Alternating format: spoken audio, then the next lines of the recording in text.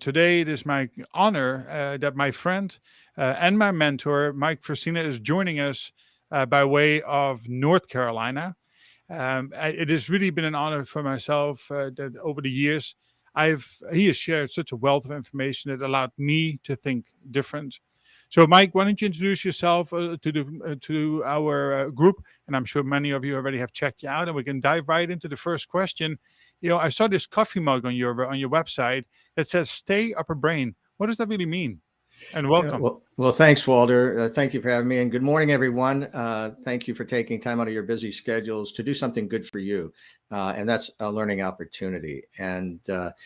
So in the course of my 40 plus years of leadership, 22 years in the United States Army Medical Department, 13 years in civilian healthcare executive work, and then the last 13 years with my own teaching, consulting, writing, primarily with American College of Healthcare Executives and other national groups around the country, I hit on this idea of human performance. And it's something that's been with me through my entire career. How do you get people to perform at a level that gives you as leaders the outcomes you desire, whether it's in productivity or quality initiative, their teamwork, their problem solving, how they manage change, stress, and stress management dynamics to performance. And what we know now and what we've believed to be true, but we couldn't prove it until we had scientific methods of functional MRIs and some other things, that everything about performance comes down to two primary factors: your technical skill, your talent, your intellect, your IQ, and your behavior capacity. And so I chose to focus on the behavior capacity as the independent variable that ebbs and flows. You typically don't lose your talent, you don't lose your intellect, and you don't lose your IQ and your capability of cognitive performance. What you do lose is a lack of self-awareness on your behavior. And Walter, and to the rest of you, just about every day, I can go through some kind of media and find some leader of renown who has derailed their career and then sometimes permanently derailed their careers because of behavior lapses and behavior incompetence, not technical incompetence. It even can make the late night news show with Jimmy Fallon, where a CFO of Moderna was fired after one day. And he was fired after one day because his behavior of his past employment caught up to Moderna quickly enough that they could fire him after one day. And his career is probably gone. He's probably going to just retire now and move on, if you will. So the whole thing is about behavior. We hear a lot about culture. You build culture off of behaviors. We hear a lot about organizational engagement. You build engagement off of behaviors. Effective leaders, training and developing leaders.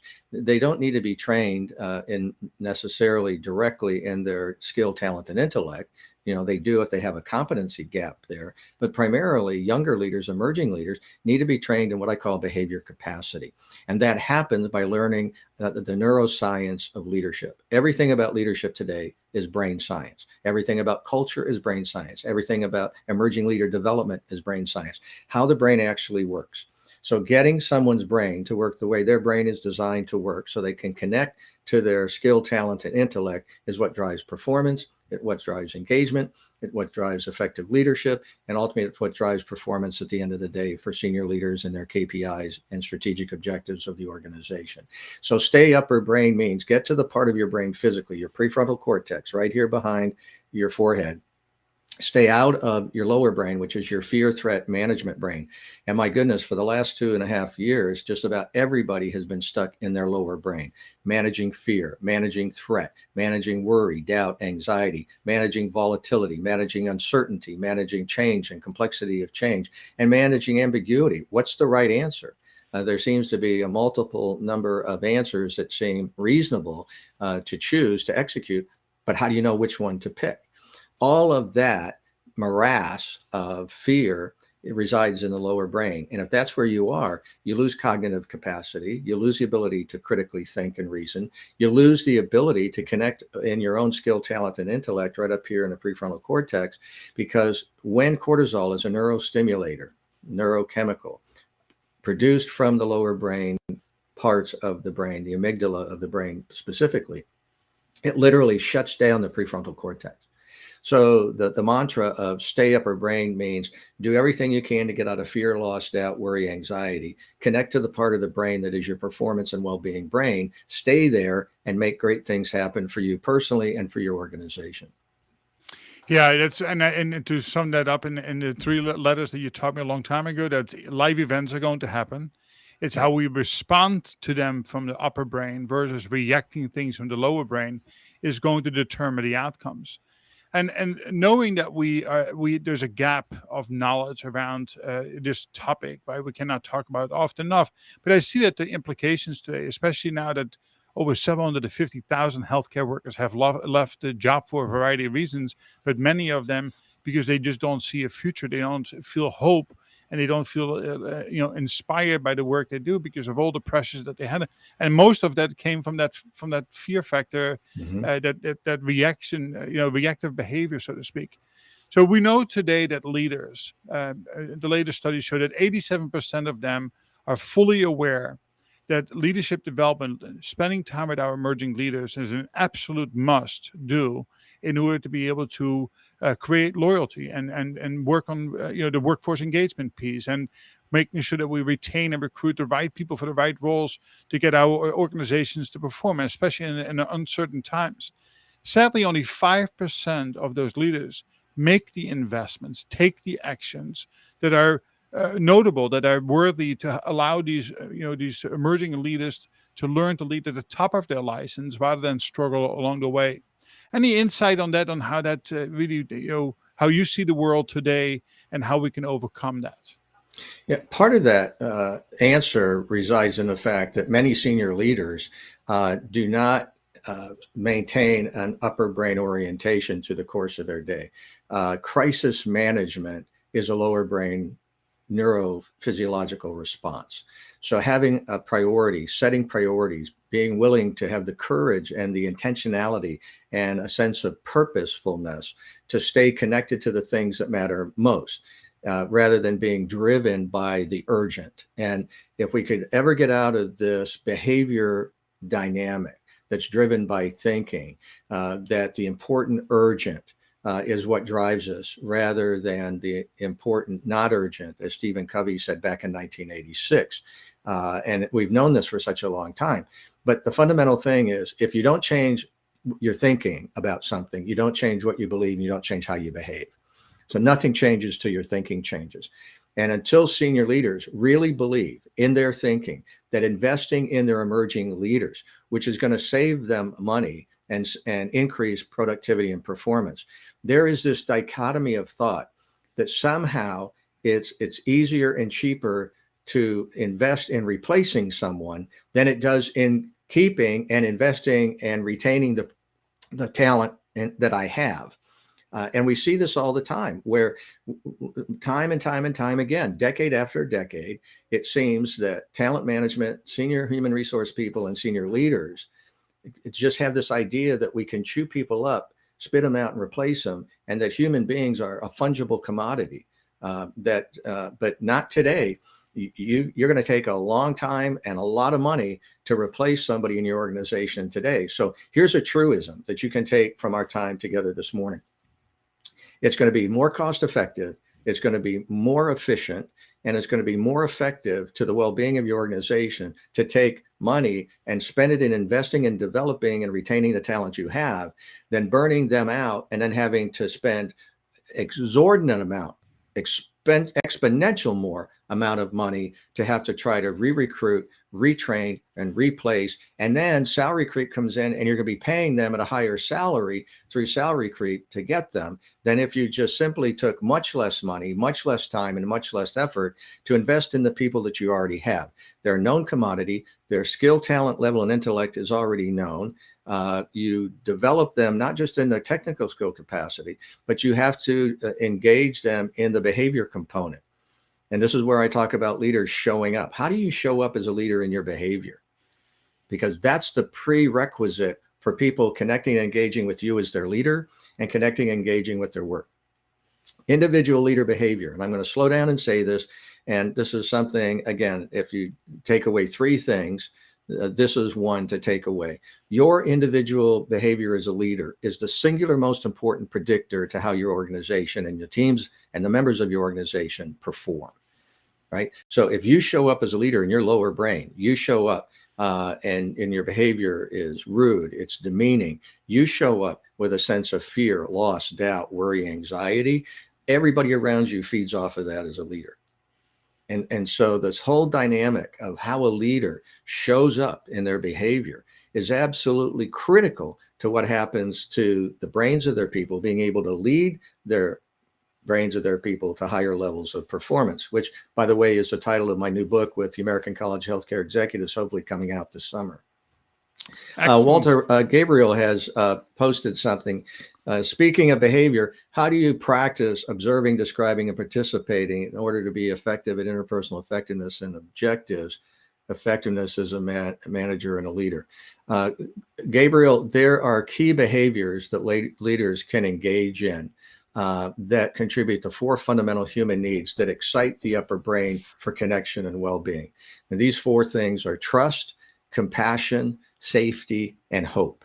Trust, compassion, safety, and hope. So if you show up as a leader, if your executive presence is such that you are trustworthy, people believe what you say, your word matters, you're not duplicitous, you're going to build a trust dynamic that secretes oxytocin in the human brain. And the brain tells us when to trust a leader. We don't trust a leader based on their charisma. We don't trust a leader based on their technical skill. Our brain tells us when to trust a leader because their behavior as a leader is stimulating our oxytocin, which is a social bonding neurochemical necessary for trust.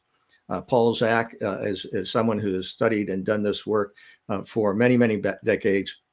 I tout him as probably the foremost thought leader on this idea of building trust and how you build trust as a leader, just as one component of these behavior dynamics that create highly effective leaders. Then there's the compassion component, demonstrating that you actually care about people at the human level, not just caring for them so they'll give you the outcomes that you desire as a leader. Safety as a leader. I know of meetings where leaders lose their temper. They throw empty soda bottles or a water bottle across the room. There's all kinds of behavior like this that just blocks out the ability of people to connect to their upper brain. And then hope that no matter how difficult things are today, tomorrow can be a better day. And this goes back to the thought equation that Walter alluded to earlier, and that is events happen, life happens.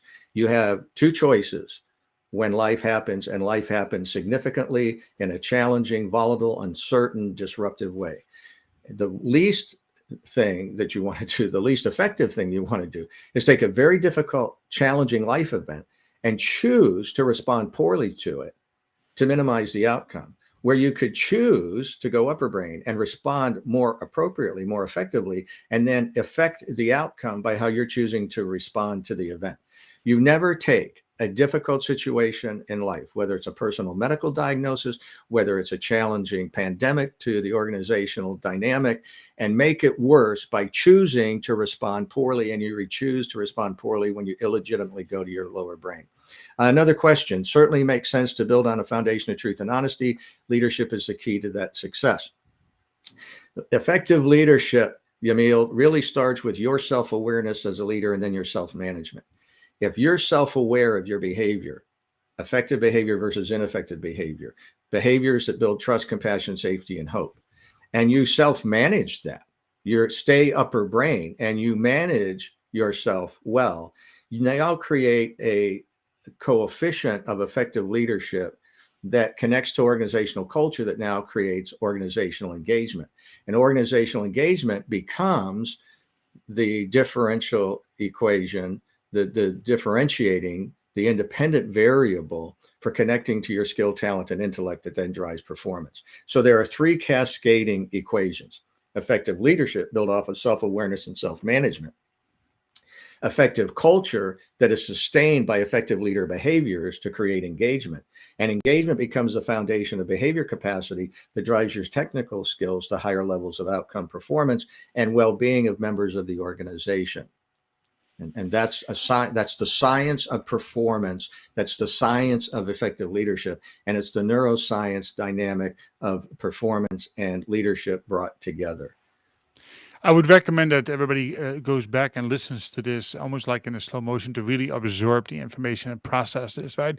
So one thing I was, it's kind of funny is that, there are executive leaders and there are many more emerging leaders who aspire to go up to the ranks and become executive leaders themselves at some point in time. Sometimes I scratch my head as to how did these executive leaders get to where they want, because they certainly don't have the behaviors that we would think are prudent to running a healthy business. So therefore, a lot of the emerging leaders, they tend to emulate what their boss is like, which is not always the right path to choose. So, so we talk about executives who need to invest in them, in their leadership, their own leadership, but also leadership development of the emerging leader. But what is the responsibility of the emerging leader to break away from maybe poor examples, and how to generate a path forward on how they can start developing and really thinking about their upper brain? How would you suggest they get started? It goes back to this universal principle of how we treat each other as human beings, and that is treating someone the way they deserve to be treated because they're simply a human being. The golden rule is do unto others as you would have them do unto you.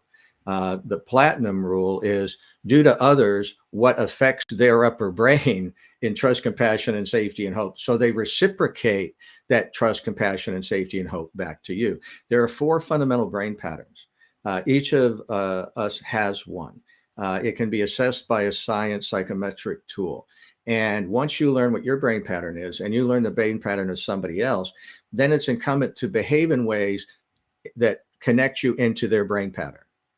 Typically, we think about what we like and what makes us feel good and how we want people to treat us. And we treat people exactly the same way that we like to be treated. That works for somebody whose brain pattern is identical to yours. It doesn't work for somebody whose brain pattern is the opposite of yours. So the key is knowing what the other person's brain pattern is, knowing what the other person appreciates in behavior, knowing what the other person believes and perceives and receives in the actual demonstration of behavior. Remember, what makes the study of behavior scientific, it's observable and it's measurable. You can't do that with personality. We don't do any work with personality. We don't do any work with personality assessment tools because they don't link directly to human performance. What links to performance is behavior. Leading someone's brain in such a way that their brain feels trust, compassion, safety, and hope, really feels it in the behavior that exchanges between human beings. Okay. So once you know that, and once you can figure the key out of how to behave into someone else's pattern, then the neurochemistry does the rest. Oxytocin, serotonin takes over with dopamine, norepinephrine. You keep cortisol, which is a fear trigger response neurochemical, low. And you make the brain work the way their brain is designed to work. They connect with you. They connect with their job. They manage stress well. They manage conflict and frustration well. They're highly engaged, which means they're avoiding disengagement and burnout. And all of this has a neuroscience, neurochemical, neurophysiological dynamic to that. Now, to your point about young emerging leaders, they need to know this about themselves. Now, let's do a quick qualitative study with our participants. And you can just write into the chat box very quickly. Hopefully, all of you have had a chance to work for a highly effective leader. If that leader contacted you today and said, I've got a place for you on a new team with a new venture, would you please come join me? You'd have to give it serious consideration. In one word attributes, what makes your ideal effective leader your ideal effective leader? What would that be? And we'll see if we can get some streaming waterfall going in the chat room. But Walter, to get it started, give me one attribute of your ideal leader, best person you've ever worked for as a leader. The best part is willing to give time to for me to learn, to become a better leader.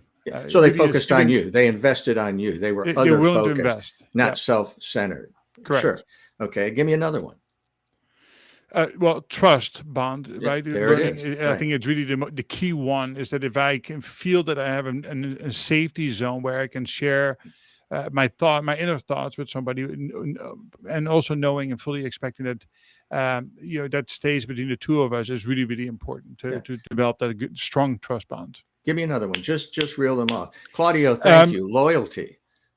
Claudio, I bet you that because of your response, and the first one that came off of your brain as an effective leader, if I was going to be an effective leader for you, I better be loyal. That also means I better be able to tell the truth. I better be trustworthy. I better be real. I better not be a phony. I better not be faking it to make it. What I know about you, Claudio, just from your response, from your brain pattern, I get to lie to you once. I don't get to lie to you twice. If I do it a second time as a leader, you'll cut me off. We'll have minimal amount of connection that'll drive your performance. You come to work looking how to play safe and be safe rather than perform. Dwight put purpose driven. Dwight, I would suspect that you're someone who likes to execute, that you're a person whose brain is set up to get information, get it quickly, figure out a course of action, and then go get things done. How am I doing so far? Are you amazed that you can put up one word, and in one word, I can do an analysis of what I believe your brain pattern to be. And because of that, I know exactly how I need to behave with you to maximize your upper brain dynamic, lead your brain, keep your brain in the upper brain, help you stay upper brain when life gets difficult, when work gets difficult. And this is how this works as a performance strategy.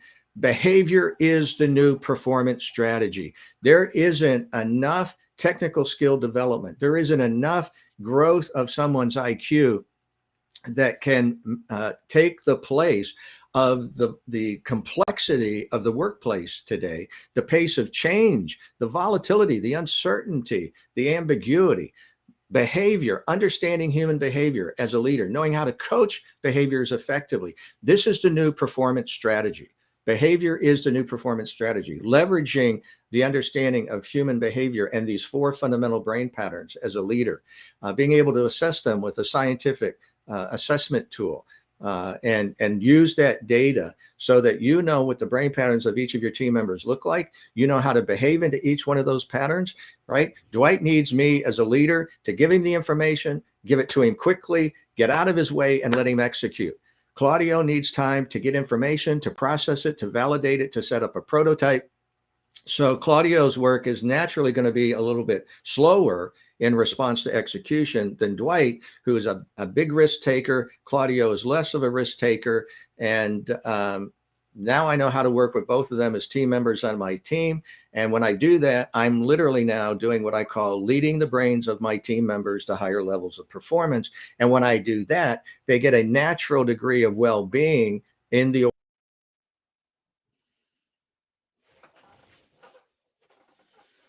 and disengagement and burnout. And this is how you use what I'm teaching you all today very quickly as a performance strategy. Yeah. So I refer to those as intrinsic values, right? Really, what is my intrinsic value? And we as leaders need to find the recognition, recognizing now in those that we lead. There's a book, Gary Kaplan, I'm sure you're familiar, The 5 Love Languages. People, ask me the question, what about this language that we speak? How do we better understand, the males and females? I said, although the love language book is written for relationships, but think about that in business. All we are doing is building relationships and true partnerships, and we need to learn to speak each other's language in order to really make these deep connections. So what you said is spot on in that regard. Yeah, and it isn't just a relationship connection; it's a brain connection. It's getting the brain of the other person set up. Look, I've said for decades that what I do and what I've been trying to do as a leader through 40 plus years of leader development, but executive work, whether it's military, civilian, and now teaching, is I just call it neurochemical bartending. And I like to call it that for fun. See, if you know how to mix the right drink in somebody's head, they'll follow you anywhere. So whether if it's a personal relationship, if you mix the right drink in their head by how they receive your behavior, and your behavior has to be what connects to them, right? So in what you just brought up regarding love languages, right, which I just call relationship languages, right? If I know how to mix the right drink in somebody's head, whose love language, their sense of understanding, appreciation, and thoughtfulness, trust, compassion, safety, and hope, right, is in by receiving tangible gifts, then if I give them tangible gifts, their brain lights up like the 4th of July. For some people, it's non-sexual affection, it's touch. So holding somebody's hand in a non-sexual way, affirming way, letting them know, I care for you, I'm here for you. Sometimes it's just an arm around a shoulder, right? There are, and tragically, we've lost a sense of affirming touch in a way that expresses as compassion because of sexual harassment and other sorts of things.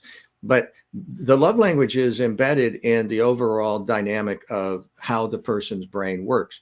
So again, at work, if I know, for example, that Dwight is fast-paced, task-focused, and I set up a work environment for Dwight's brain to function that way, Dwight's not only going to give me a high-level performance outcome, he's going to feel really great about his job. He's going to be engaged. It's going to create loyalty to me as a leader, loyalty to the organization. And this is how you build retention. This is how I get Dwight staying with me as a leader in my organization for the next 20, 25 years. Claudio's different. Claudio and Dwight share a similarity that they're both task focused, but Claudio needs a higher degree of certainty to execute. His inner trust dynamic, his inner safety switch is built on reliability and predictability of following a pattern and process to a predictable outcome. Dwight gets bored with that. He's all about messing with predictability and enjoying the idea of being a high risk taker and being in a spontaneous environment.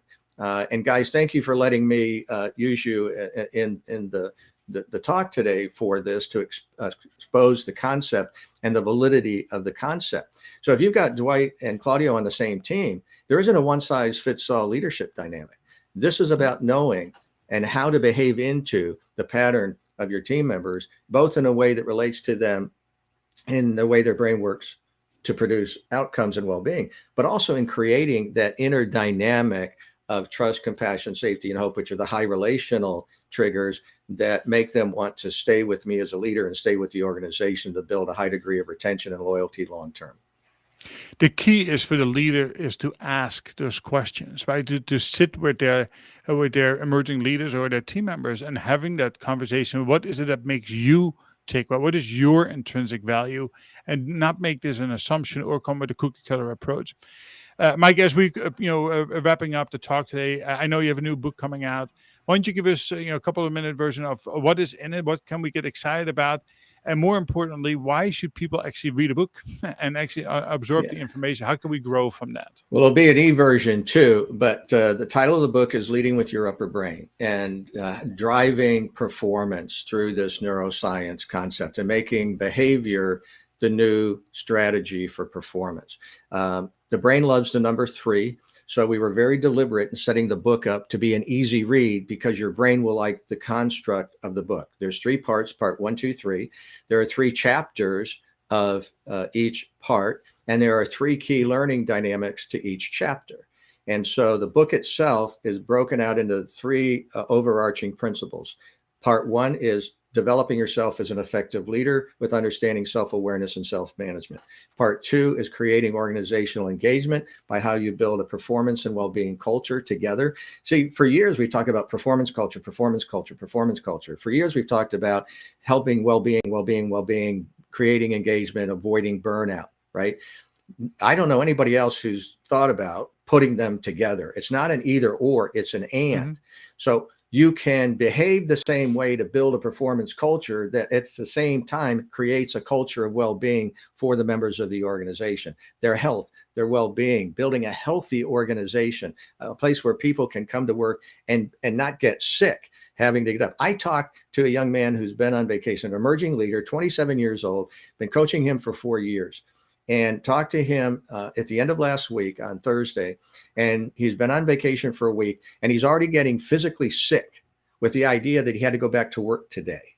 And he doesn't know what to do about it. He's losing weight. He's having stress-related illnesses. He has irritable bowel syndrome. He can't eat. He's only sleeping about 2 or 3 hours a night because he has insomnia, worrying over his work and his work responsibilities. And Jeffrey Pepper from Stanford wrote a book about 5 years ago, pre-pandemic, dying for a paycheck, that the way we make people work in America to earn a living, to provide for the necessities and creature comforts of their families is killing many people. It's killing them. We're dying for a paycheck.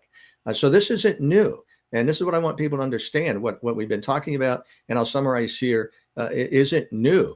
what we haven't done, we haven't been willing to change the way we think about what we know to be true. And nothing changes until our thinking changes. So if you want to be a more effective leader, you're going to have to change your thinking about how you were groomed and raised and coached as a leader, and how behavior plays a dynamic role in that. So you have to change your thinking about behavior. And ultimately, you have to change your thinking about, do you as a leader really first care about people? You see, you can care for people without leading them. And this is a great way to end. Now, listen to this. You can care for people without having to lead them. You can never lead people effectively without them believing and knowing in your behavior that you care for them. In order to lead people effectively, you must demonstrate behaviors that you care first. And if you do that, you can affect all 4 behavior patterns. You excite the upper brain. People connect to their upper brain. They engage and connect with their work. And then you as a leader get the performance outcomes and strategic objectives and KPIs that you desire as a leader. Thank you all very much. Thank you, the Dutch mentor, my good friend, Walter. It's been a pleasure to know you over the last 12 years. And I can't thank you enough for the opportunity to join you this morning. Mike, I'm not going to even add anything to that. It was a fantastic and an awesome 30 minutes. It flew by. I'm sure we could fill a couple more hours if we had to. Thank you for coming on the show today. I look forward to connecting with you sometime in the near future. And folks, we will be back next Monday morning for a chat about leadership. I hope you can join us. Stay engaged. Take action every day. Have a wonderful day, everybody, and be safe. Stay upper brain, everybody. Thank you for your time and your willingness to come join us. We appreciate it.